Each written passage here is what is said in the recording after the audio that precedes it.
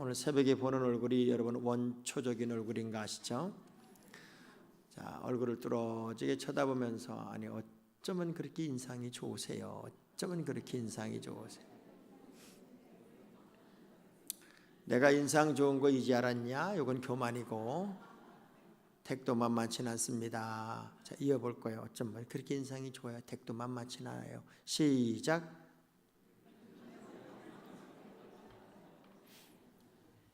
왜냐하면 새벽부터 얼굴을 찍어보려고 나오지 않기 때문에 새벽에 보는 얼굴이 사실은 원초적인 얼굴이에요. 여러분 얼굴이 원래 이렇게 생겼어요.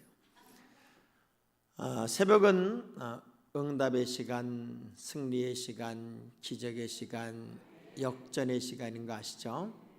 홍해가 갈라지고 만나가 내리고 여리고가 무너지고 다니엘이 구원받고 예수님이 부활하고 이 모든 시간이 새벽의 시간이에요. 오늘 말씀을 좀 바꿔볼게요. 요한복음 2장 7절부터 요한복음 2장 7절부터 11절까지 볼게요. 우리 한 절씩 나눠보겠습니다.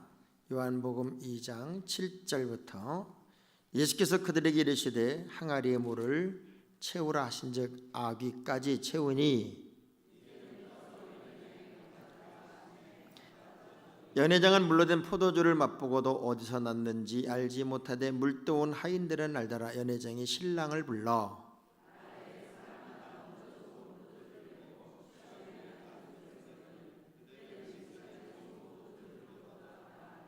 다 같이 예수께서 이 첫 표적을 갈릴리 가나에서 행하여 그의 영광을 나타내시매 제자들이 그를 믿으니라.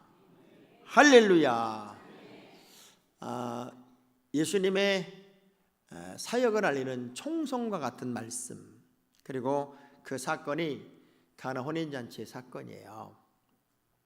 제가 이 말씀을 이렇게 묵상하다가 물론 주인공은 예수 그리스도고 물이 포도주가 되었다는 엄청난 사건이고 이적과 표적의 이야기예요. 근데 이 말씀을 이렇게 묵상하다가 요 구절에 제가 딱 꽂혔어요. 하인들은 알더라. 아무도 몰라요. 아무도 모르는데 하인들만이 아는 하나님의 이적 이야기, 주님의 표적 이야기가 이 이야기더라고요. 똑같이 신앙생활 하는데 아무도 몰라요. 혈루증 여인이 예수님 옷자락만 만져도 내 병이 나을 것이라 하는 확신을 가지고 주님의 옷자락에 손을 딱 대는 순간 아무도 느끼지 못하는 예수님과 혈루증 여인만의 영적 교감이 일어나요. 삭개오와 예수님과의 만남도 어느 누구도 이해할 수 없는 삭개오와 예수님만의 영적 교감이 일어나더란 말이에요. 수많은 사람들이 예수를 믿고 나름대로는 크리스찬 이름으로 가지고 사는데 대부분 다 덩달이에요. 두리뭉실 넘어가지 나와 주님과 1:1 관계성 속에서 아무도 모르는 이런 영적 거룩한 체험들이 일어나지 않고 있더란 말이에요. 그래서 나만의 신앙의 명작을 만들어라. 하인들은 알더라. 이 말씀이 오늘 새벽에 여러분에게 주시는 특별한 말씀이 되었으면 좋겠고, 자 한번 따라해 봅시다. 나만의 신앙의 명작을 만들겠습니다. 제가 기도하면서 그런 얘기를 해요. 일상의 언어가 간증이 되게 하여 주옵소서. 나는 일상적인 이야기를 하고 있는데 다른 사람이 볼 때는 꼭 간증 같아. 여러분 수많은 버스들이 지나가지만 그 수많은 버스 정거장에 내가 딱 서 있을 때 그 지나가는 모든 버스를 타는 건 아니에요. 나에게 꼭 필요한 버스를 타게 돼 있단 말이에요. 그런 것처럼 우리 주님과 나와의 영적 관계에서 내가 그분 안으로 쑥 들어가고 그분과 나와의 아름다운 신앙의 이야기가 만들어지는 나만의 영적인 명작의 이야기를 쓸 수 있다면 얼마나 행복할까요? 얼마나 신바람 날까? 어떤 분들은 그렇게 오랫동안 예수를 믿었음에도 불구하고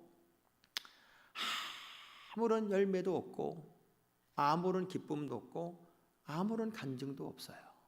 그런데 어떤 분은 오늘 딱 예수를 만난과 동시에 내 안에 주체할 수 없는 기쁨과 감격과 감동이 있어서 일생을 살아가며 그렇게 신바람 나고 그렇게 감격스럽고 그렇게 행복하고, 전 아멘 할 때까지 계속 주워 생기는 거거든요. 그렇게 감동적인 이야기를 만들어가면서 신앙생활을 한단 말이에요. 요즘에 많이 문제가 되는 여러 가지 상황들이 있어요. 뭐 기독교가 욕을 먹거나 목사님들이 욕을 먹거나 할 때 뭐 다양한 문제들이 제기되는 것 중에 하나가 설교 표절의 문제예요. 설교 표절. 어느 목사님은 다른 사람이 한 설교를 그대로 갖다가 해. 토시 하나 안 틀리고 원고를 가지고, 그래가지고 문제가 돼서 쫓겨나기도 하고 그래요. 왜 그럴까요? 날로 먹으려고 그래, 날로. 사실 한 편의 설교를 만들기 위한 수고, 노력, 다양한 책을 보고, 그래서 그 생명의 말씀을 만들어내는 여러분 담임 목사님의 수고, 그리고 늘 새로움에 도전해야만 하는 우리들은 사실은 소진하는 자리에 계속 뭐가 소진이 돼요. 그래서 충전하지 않으면 어느 때는 제가 이런 유혹도 받아요. 제가 한번 여러분이 질문해 볼 테니까 어떨까를 한번 대답을 해봐요. 가끔가다 저도 설교하고 하기 싫을 때가 있을까요? 없을까요? 어떻게 이렇게 크게 말해요, 그런 얘기를? 저도 가끔가다 예배도 빠지고 좀 주일날 놀러 가고 싶을까요? 안 그럴까요?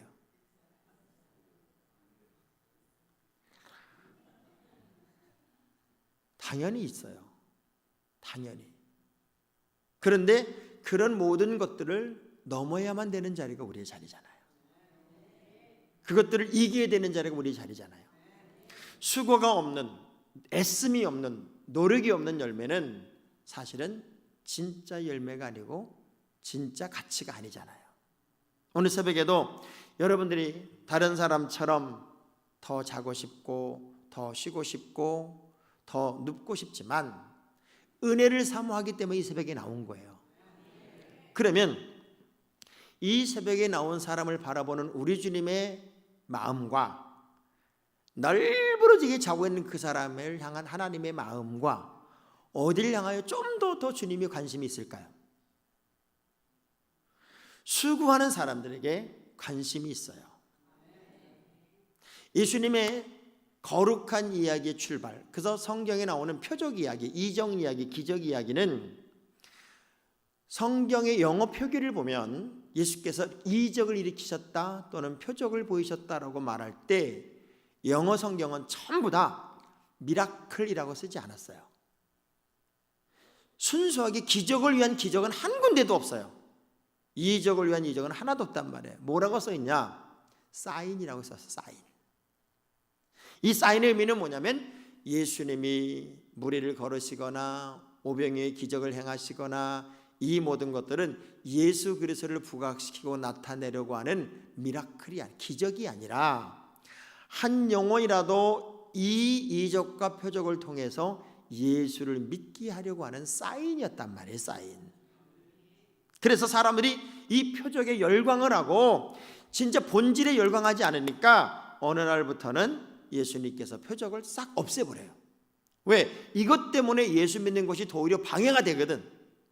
예를 들면 여러분이 신앙의 균형을 잃어버리면 매일 뭘 보여달라고 그래. 매일 뭘 보여달라고 그러고 매일 주의 음성을 듣게 해달라고 그러고, 그러면서 말씀은 깊이 들어가지 못한 채 그 이적과 표적만을 쫓아다니는 사람이 될 수도 있어요. 예를 들면 제가 오늘 부흥회를 왔는데 장학봉 목사님은 예언을 너무나 잘하셔서 그저 그냥 봉투만 이렇게 봉투만 다 읽으면 이 사람의 장래도 알고 미래도 알고, 이전에 우리에게 그런 놈이 하나 왔어서 부흥 강사가 봉투를 보면 그 사람의 미래가 보인대네. 그러면서 봉투를 이렇게 읽으면서 한정수 장로님 이렇게 봉투 이렇게 만져보더니 사업에 미래가 있고 자녀가 잘 되고 앞으로 6개월 이내에 대박의 역사가 나타날 겁니다. 봉투가 두꺼울수록 더 좋은 얘기가 나와. 만져봐서 봉투가 가늘면 이렇게 비춰봐서 이게 10,000원짜리냐 수표냐를 딱 보고 말씀을 본문을 읽지도 않고 봉투만 있는데 1시간이 걸리더라고요. 그러니까 어떻게 열통이 터지는지 몇 사람 걸 적었어. 진짜 맞나 안 맞나 하고. 근데 우리게 그 젊은 부부가 있었는데 정말 처음에 와서는 그렇게 일을 잘했던 사람이에요. 근데 뭐 사업이 대박이 나고 부부간의 금술이 너무 좋아서 모든 사람의 귀감이 될 것이고 막 쭉 하더라고요. 저는 그러려니 했어요. 6개월 만에 이혼을 했고 그 사업에 부도가 났어. 그러니까 그놈의 새끼를 쫓아 패버리려다가 저런 놈이 계속해서 복음을 전하고 다니면 안 되는데 하는 생각을 했던 적이 있었어요. 그렇지만 제가 워낙 착한 사람이라 가만두긴 했는데 만일 제가 그렇게 예언하는 목사라면 이 참 좋은 교회 성도들요 애들까지 다 데리고 예배 나옵니다. 그리고 그것을 믿고 싶은 욕심, 욕구, 욕망이 워낙 커서 오늘은 또 무슨 표적을 보여주실까, 무슨 예언을 하실까. 제가 오늘 새벽에 나온 분들한테만 특별 예언을 해드릴게요. 특별 예언. 저는 이 예언이 틀려본 적이 없어요. 여러분은요 언젠가는 죽어요. 이거보다 확실한 예언이 어디 있어요? 자꾸 뭔가 눈에 더 화려함을 추구하고 내 수고와 노력이 없는 요행신앙을 기대하고 있다면 오늘 본문이 주는 말씀이 여러분에게는 큰 도전이 되었으면 좋겠어요. 예수님의 일행이 가족이 이제 예수님의 공생애를 시작하기 전에 아마 인척 관계이기 때문에 이 집에 초대를 받았을 거예요. 그리고 이 가정의 문제를 육신의 어머니인 마리아가 직접 찾아내서 문제의 원인을 찾았고 이제 잔치에 흥이 떨어지는 포도주가 떨어진 것을 알아서 걱정을 하는 걸 보면 아마 인척관계인 것이 분명할 것 같아요. 근데 이 사건의 거룩한 변화를 이야기하는 딱 2마디가 있어요. 2마디. 하인들을 불러서 마리아가 이렇게 말합니다. 저분이 뭐라고 하든지 간에 너희들은 무조건 그대로 해라. 그리고 예수님은 물을 항아리까지 채우고 떠다 줘라. 이것만 했어. 이 2가지 사건이 이 2가지 언어 속에는 모든 내용이 품어 들어있어요. 저는 오늘 주인공을 하인으로 잡아보려고 그래요. 여러분들이 이 주인공의 자리에 꼭 들어갔으면 좋겠어요. 하인들의 특성이 뭐냐면 사람을 신뢰하는 마음이 그들에게는 있었어요. 여러분이 주의 종의 말씀을 듣고 또 하나님의 말씀을 신뢰하고 예수 그리스도를 온전히 믿는 그 신뢰의 믿음이 여러분에게 있으면 우린 빗나가는 적이 없어요. 곁다리로 갈 수가 없다고요. 그런 얘기 참 많이, 귀는 2개고 입이 하나라는 얘기는 많이 듣고 적게 말하는 얘기 많이 들어봤잖아요. 근데 주의를 하면서 신뢰가 무너지면 목사님도 오해하고 여선교 회장님도 오해하고 옆에 사람도 오해하고 미워하고 이런 일들이 계속적으로 일어납니다. 두꺼비 3마리가 두꺼비들 세계에서 마라톤 대회가 열렸어요. 마라톤 대회가 열렸는데 마라톤 선수들이 쫙 섰어요. 수천 마리가 마라톤 한다고 섰더니 갑자기 관중들이 나타나가지고 꼴값을 하세요. 웃기세요. 너희들이 무슨 마라톤을 하니? 너네가 어느 세월에 갔다 오려고 그러고 막 야유를 했어. 그랬더니 3마리 낳고 다 그만둬. 야유가 듣기 싫어서. 그래도 3명은 땅 청소년과 함께 출발을 했어요. 3마리는. 근데 가는 거 보니까 웃기잖아요. 깔깔거리고 하하거리고 난리가 나고 진짜 웃긴다고 그랬더니 2마리도 그만두고 1마리만 남더라는 거예요. 근데 그 1마리는 끝까지 갔다 오는, 끝까지. 그래가지고 난리가 났어요. SBS, KBS, MBC가 다 와가지고 어떻게 너는 끝까지 그걸 다 완주할 수 있었냐고 막 인터뷰를 하는데 세상에 알고 보니까 이 두꺼비가요 귀머거리야.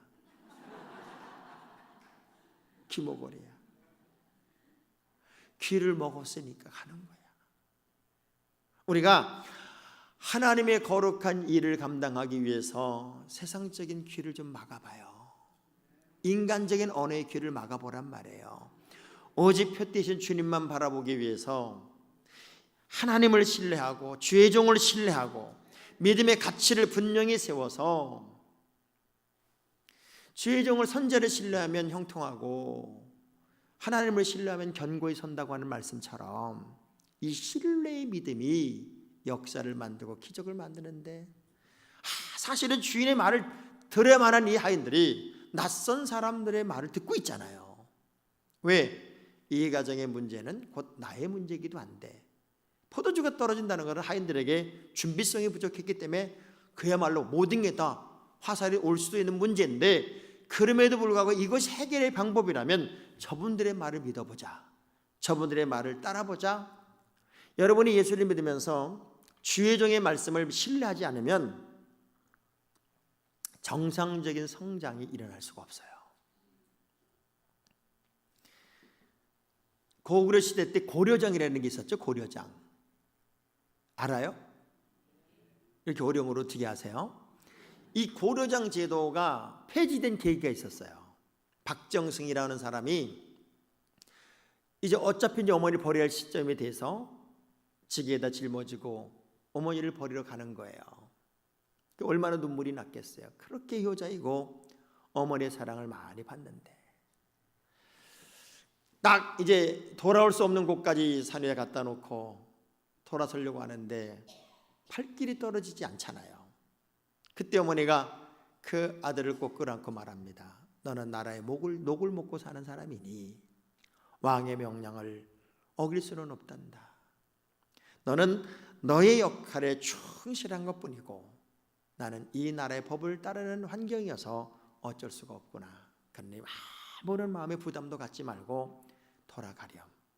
혹 네가 너무나 먼 길을 왔기에 길을 모를까 봐 내가 오는 길에 가지를 좀 뿌려놨으니 그 길이 네가 가야 하는 길이니 그 길을 그대로 따라가렴.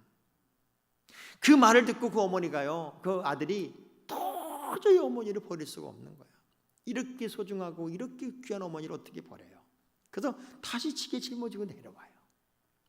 그리고 집에다가 감춰놓고 어머니를 극진히 봉양을 하는 중에 중국에서 이런 제안을 하나 한 거예요. 말 2필을 보낼 테니 이 말 2필 중에 하나는 어미가 있고 하나는 새끼가 있다. 근데 겉으로 보면 똑같아서 알 수가 없는데 이것이 어느 게 어미고 어느 게 새끼인지를 맞추면 큰 상을 줄 것이고 그걸 못 맞추면 큰 해가 임할 것이다 하는 게 이제 문제가 된 거예요. 근데 어느 누가 그걸 맞출 수 있냔 말이에요. 근데 이 문제를 박정승이라는 사람이 풀어야 되는 숙제를 안 했어요. 이걸 못 풀면 나라도 위태해지고 보통 일이 아니잖아요. 늘 고민하는 얼굴이 밝을 리가 없지. 그던 중에 어머니가 그 얼굴 보고 너 왜 이렇게 얼굴에 근심이 많니? 사실 이래 그렇습니다. 이야, 그게 뭐가 어렵니? 우리 나이가 되면은 그런 문제는 너무나 쉬운 거란다. 어머니 어떻게 풀어야 되는데요? 너 이제 가서 이틀 동안 두 말을 굶겨라. 굶기고 같은 여물통에 똑같이 두 말에게 같은 여물통에 둘이 동시에 먹을 수 있도록 음식을 주렴. 그러면 먼저 막 먹는 건 새끼고 그 먹는 걸 지켜보는 건 어미란다. 짐승도 마찬가지고 사람도 마찬가지고 어미는 자식이 먼저란다. 그래서 그렇게 해봤더니 진짜 말 한 마리가 퍽퍽거리고 먹고 한 마리는 다 먹은 다음에 먹더라는 거야. 그래서 이게 새끼고 이게 어미입니다 그랬더니 난리가 난 거야. 난리가. 이걸 어떻게 맞췄냐고 왕에게 고합니다. 왕이자 제가 죽을 죄를 저질렀습니다. 사실 우리 어머니를 버려야 되는데 못 버렸습니다. 근데 이 모든 지혜가 우리 어머니에게 왔습니다. 나이가 들었기 때문에 버려져서는 안 된다고 저는 믿습니다. 이 모든 지혜는 어른들에게도 있지 않습니까? 그 바람에 고려장 제도가 없어진 거야. 그래서 여러분도 지금 여기 멀쩡히 살고 있는 거고 갖다 버려지지 않는 인생이 된단 말이에요. 신뢰한다고 하는 것 정말 기분 좋은 일입니다. 누군가를 믿는다고 하는 것 정말 행복한 거예요. 여쭤볼게요. 신랑 믿어요? 수상해요. 다시 여쭤볼게요. 신랑 믿어요? 뭐 이렇게 아멘이 현찮아요? 그럼 또 여쭤볼게요. 각시 믿어요? 목사님, 사는 게 기적입니다. 그런데요, 진짜 이 신뢰의 믿음만큼 위대한 믿음은 없어요. 여러분이 우선적으로 눈에 보이는 주의 종을 확실히 신뢰하고 그분이 전하는 말씀을 확실히 믿고 그 말씀을 따라가는 그 방향이 우리의 내일이고 미래가 되고 하나님의 말씀 하나라도 떨어뜨리지 않는 그 믿음이 여러분의 믿음이 돼야 돼요. 그들은 낯선 사람의 이야기도 그렇게 믿고 행동을 하더라고요. 왜? 자리를 알아. 자리. 내 자리가 어딘지를 알아. 하인이 뭐 하는 건지를 안단 말이에요. 하인은 주인의 기쁨이 되기 위해 있는 자리고, 하인은 주인을 위해 사는 자리이고, 하인은 우리 집의 문제를 풀어내는 자리이고, 하인은 어떤 한계든지 간에 주인과 공동 운명으로 가는 사실이라는 것을 알고 있었어요. 많은 교인들이 나 따로 너 따로 해요. 그리고 나만 좋으면 된다고 생각을 해요. 그런데 우리 교회 안에서의 나는 공동 운명체예요. 할렐루야. 그래서 우리가 각 몸의 지체와 똑같다고 그랬잖아요. 그 어떤 사람은 진짜 새끼손가락의 역할을 하는 사람이 있고 어떤 사람은 엄지손가락의 역할을 하는 사람도 있어요. 그래서 여쭤볼게요. 새끼손가락 하나, 이거 별로 쓸모없는 것 같은 거 이만큼 똑 잘라내면 하나도 안 아프죠? 너무 질문이 어려운가? 아니, 이 새끼손가락에 가시만 하나 꼭 꽂혔다고 칩시다. 가시만 하나 콕 꽂히면 이 새끼손가락만 아파요? 온몸이 아파요? 그러면 나 하나쯤이야 라는 생각이 맞는 생각이에요? 틀린 생각이에요? 옆 사람 쳐다보면서 마주 틀려 물어봐봐요. 틀리죠? 아무리 작은 인생이라도 공동체 속에서는 작은 자가 있을 수가 없어요. 우리 모두는 나의 자리를 잘 지키는 사람들이 돼야 되고 그 자리가 가장 소중한 자리가 돼야 돼요. 할렐루야. 어느 목사님이 시골 교회 가서 부흥회를 이렇게 인도하는데 노인 권사님이 자기 집에 모시고선 그렇게 극진히 접대를 해. 이분은 냉면도 데워다줘. 얼마나 극진히 대접을 하는지. 이 목사님을 잘 대접을 해놓고 나서는 이분이 꼭 성경을 읽더래요.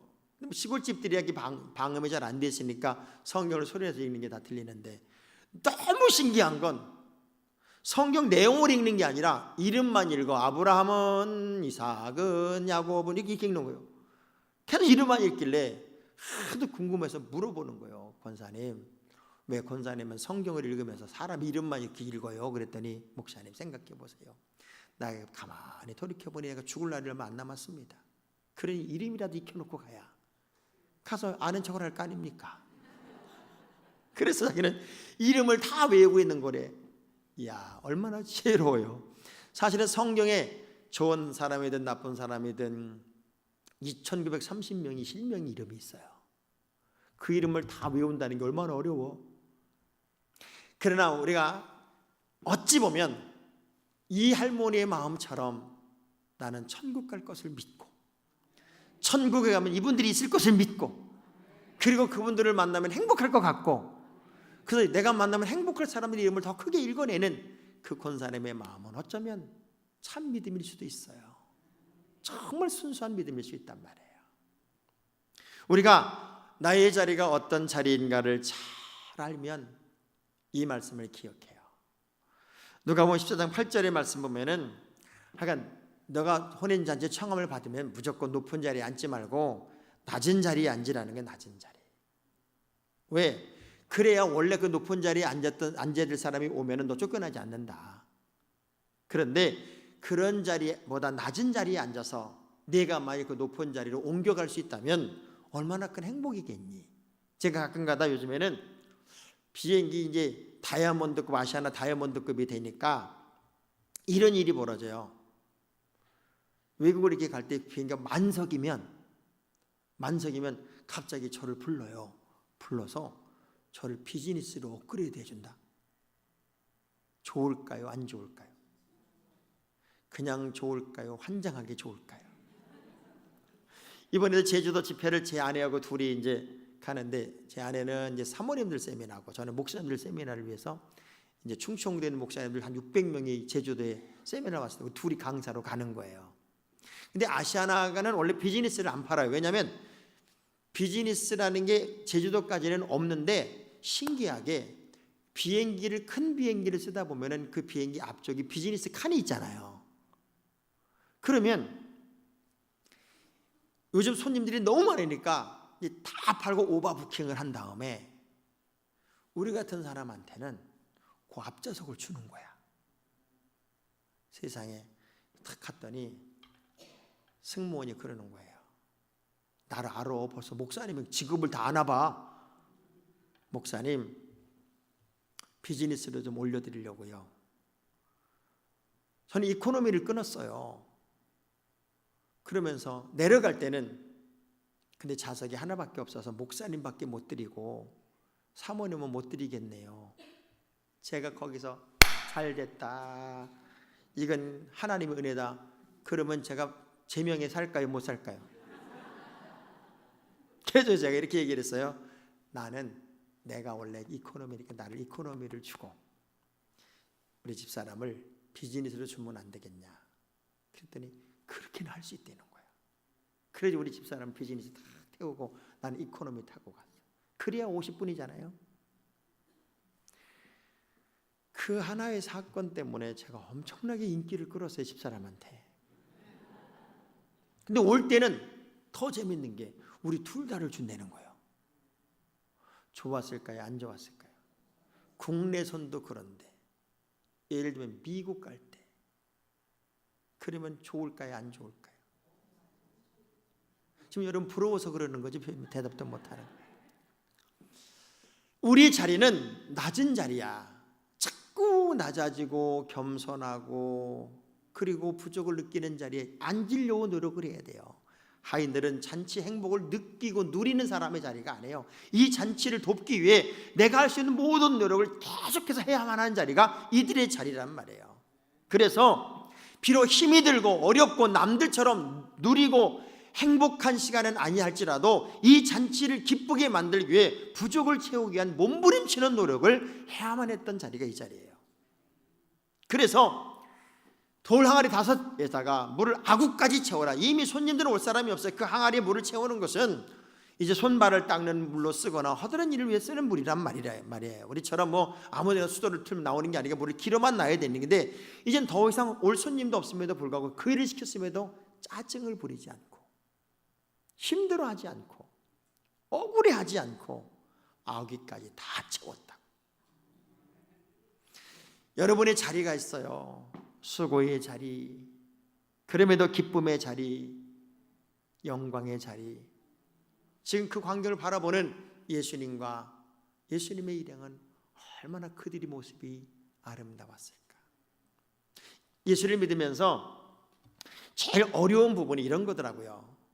목사님은 나를 알아주지도 않는다. 내가 이렇게 열심히 하는데도 한 번도 칭찬도 안 해준다고. 물론 칭찬받으면 좋지요. 알아주면 좋지요. 그런데 제가 목회를 해보니까 너무 신뢰가 가고 믿음이 가는 사람한테는 칭찬이 별로 없더라고. 왜? 저분은 늘 고마운 분이야. 늘 귀한 분이야. 그런데 생전 안 하다가 모처럼 한 번 하면 인사를 안 할 수가 없어. 그나마 그렇게라도 해서 좀 지속시켜야 되니까. 그러니까 항상 보면 고마운 분들한테는 고마움의 표현을 잘 못하지만 좀 까닥스럽고 애물단지한테는 인사치레라도 해야 돼. 그거는 안 할 수가 없어. 그러니까 여러분 그걸 잘 생각하셔야 돼. 이게 진심인지 아니면은 그냥 목사님이 건성으로 하는 건지. 그래서 뭘 자꾸 기대하지 말고 하나님과 소통하고 나의 자리를 잘 지켜나가는 그 믿음이 여러분의 믿음이었으면 좋겠어요. 영국 부부가요, 이 소통한다는 게 얼마나 중요하냐면, 영국의 부부가 요만한 애완견 하나를 안고 성남 시장에 구경을 하고 이제 허름한 식당에 들어가, 무슨 식당인지도 모르고 허름한 식당에 들어가서 자기들의 음식을 그림 보고 찍어서 이거 달라고, 영어가 안 되니까 주인하고 안 되니까 요거 달라고 이제 시켜놓고, 강아지도 먹여야 될 거 아니, 강아지도 먹여야 되니까 이 강아지도 먹을 것 좀 갖다 달라고 이렇게 된 거예요. 그러니까 이제 수화를 한 거예요. 수화. 우리 강아지 뭐 이거 먹을 것 좀 갖다 달라고 이렇게 된 거예요. 그 주인이 알았다고. 그러니 얼른 이 강아지를 안고 이제 잘 갖다 먹이는 것처럼 가지고 가는데, 좀 있다 보니까 강아지 요리를 해왔더래잖아요. 이렇게 안 통하면 기가 막힌 거야, 기가 막혀. 요즘은 개가 얼마나 위대한 시대인지, 전철권에서 어떤 아주머니 한 분이 개를 이렇게 안고 전철을 탔어요. 그 개가 엄청 낑낑거리잖아요. 낑낑거리고 소리 지르고 그러니까 옆에 있는 아저씨 한번, 개 좀 조용히 시키셔. 진짜 이랬다. 그랬더니 그 여자 좀 봐요. 이 사람 물끄러미 쳐다보더니, 이거 개 아니에요, 우리 애예요. 요즘 여자들 그러고 다니는 여자들 많아요.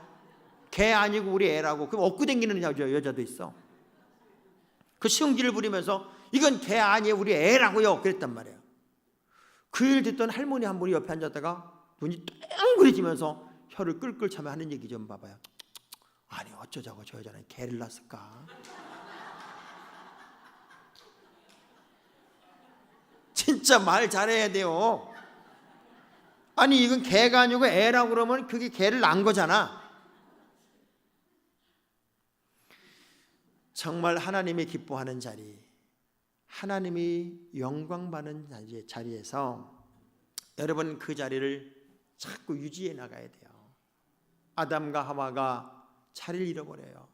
하나님처럼 지혜롭고 싶은 그 교만이 싹 트면서 에덴 동산에 쫓겨나기 시작했고, 바벨탑이 무너지는 사건도 하늘 꼭대기까지 지어보자는 그 교만이 그들의 자리를 잃어버리면서, 하갈과 이스마엘이 자기 자리가 어디인지 모르고 교만을 떨다가 쫓겨나는 걸 보면, 우리 자리는 언제나 섬김의 자리, 낮아짐의 자리, 무언가를 아름답게 만드는 자리, 소중한 축복의 자리가 여러분의 자리가 돼야 돼요. 우리 옆 사람 악수하면서 그 자리 좀 합시다. 자리 좀 하라. 뭐 인사도 안 해요. 자, 악수하면서 우리 자리를 제대로 합시다. 자리를. 자, 문제는 여기에요.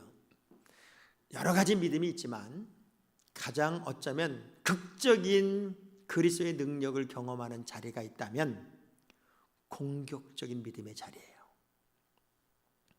우리가 같은 믿음이지만 정말 목숨을 걸고 도전해보는 공격형 크리스찬들이 여러분들에게는 꼭 필요한데, 자, 할 일을 다 했어요. 그런데 포도주 그릇을 가져오래요. 그리고 포도주 그릇에다가 이 물을 채워서, 물을 떠다 주는 게 아니라 포도주를 떠다 주는 자리에 이걸 갖다 놓으라는 거예요. 그러면 이렇게 말해야 되는 게 맞아요. 우리 맞아 죽어요. 이거 포도주인 것처럼 갖다 줬다가 우리 맞아 죽고 주인한테 쫓겨나요. 이거 돌에 맞아 죽을 일이에요. 이걸 왜 우리한테 시켜요? 직접 하세요. 이렇게 말하는 게 맞아요. 근데 이 사람들은 맞아 죽을 각오로 예수님의 말씀에 순종을 합니다. 성경을 보면 에스더의 믿음이나 다니엘의 믿음이나 기드온의 믿음이나 다 어떤 믿음의 역사가 있냐면 목숨을 걸어보는 거예요. 목숨을. 우리가 살살 계산하고 이것저것 따져서 체면치레나하는 믿음을 가지고는 역사를 경험할 수 없죠. 너무 신기한 건 주저함 없이, 조금도 주저함 없이 그들의 다른 이론의 이야기를 말하지 않고 그냥 딱 떠다가 쑥 갖다 주고 반응을 받겠죠. 따를 때 물이 그냥 나오면 맞아 죽는 거예요. 어렵쇼? 색깔이 바뀌네. 그러더니 그들이 마시면서 신랑을 막 불러내는 거예요. 신랑 일로 와봐, 신랑. 난리가 난 줄 알았어요. 사기쳤다고 지금 죽이는 줄 알았어요. 막 두려움이 있었겠지요. 그런데 하하 깔깔거리면서 세상에 이런 집이 다 있냐고. 보통 이 집들을 가보면 잔치 파장쯤 되면은 좋은 포도주 쓰다가 나중엔 다 시원찮은 거 내놔서 맛이 하나 없더만, 이 집은 어떻게 뒤로 갈수록 더 맛있는 포도주가 나오냐고 막 박수를 치고 난리가 났어요. 난리가 났어. 그때 이 말씀이에요. 어디서 어떤 일 때문에 이런 일이 일어난지를 아무도 모르지만 하인들은 알더라. 우리의 믿음이 이 믿음이고, 이 복이고, 이 승리고, 이 기적이고, 이 응답이었으면 좋겠어요. 아무도 몰라. 근데 나는 알아. 왜? 그 믿음의 열매가 맺힐 수 있도록 나는 일했고, 나는 뛰었고, 나는 행동했고, 나는 믿음에 도전을 했으니까. 여러분, 이번 부흥회가 그저 늘 정례적으로 하는 일반적인 부흥회라고 생각을 하면 그냥 그렇게 또 한 행사로 지나고 말 거예요. 그런데 아무도 모르는데 나만은 알고 있는 그 나만의 영적인 명작을 만들어보는 시간으로 쓰시기를 원한다면, 신뢰의 믿음과 내 자리가 어떤 자리에 어디 위치인지를 알면서 가장 중요한 공격적인 믿음을 가지고 도전해 보세요. 그리고 그것이 나의 이야기가 되는, 아무도 모르는 하인들은 알더라, 나만이 알 수 있는 그 은혜의 시간을 꼭 만들었으면 좋겠어요. 그 주인공이 여러분이었으면 좋겠어요. 저는 너무 이 말씀이 흥분이 된 거예요. 그래서 이번 주에 저는 이제 매주마다 세가족 신방을 이제 등록 신방을 하는데, 이번에 박송희 권사라는 분의 집에를 이제 갔어요. 이분은 교통사고로 거의 10년 전에 식물인간이 될 뻔했던 분이 극적으로 살아서 손 하나가 이렇게 거의 없어요. 근데 그분이 율동을 해요.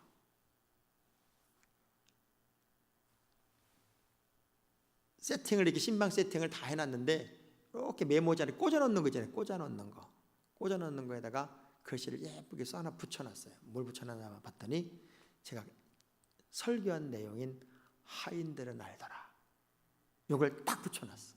궁금해서 물어봤어요. 권사님, 이걸 왜 붙였어요? 그랬더니 목사님의 설교를 들으면서 저는 남다른 의미를 전 알아요. 왜?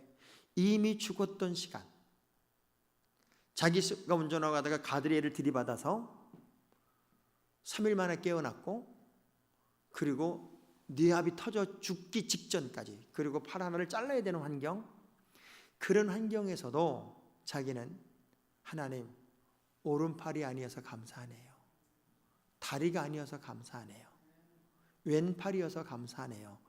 그 기도를 했더니 전부 다 사람들이 미쳤다고 그러더래요. 그런데 극적으로 이분이 산 거예요. 나는 하나님의 역사를 알아요. 아무도 모르지만 나는 하나님의 역사를 알고 하나님의 응답을 알고 은혜를 알아요.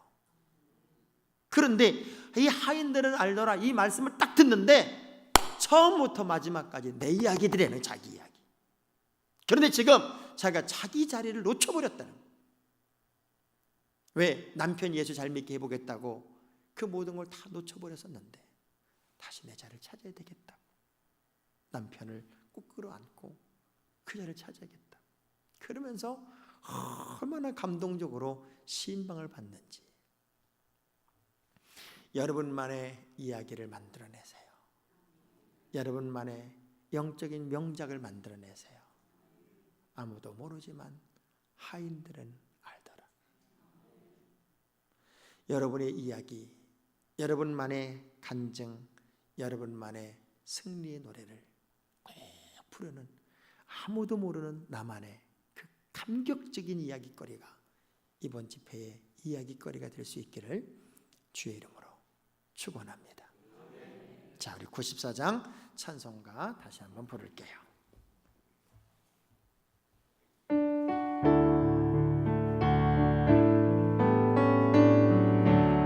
주 예수보다도 귀한 것은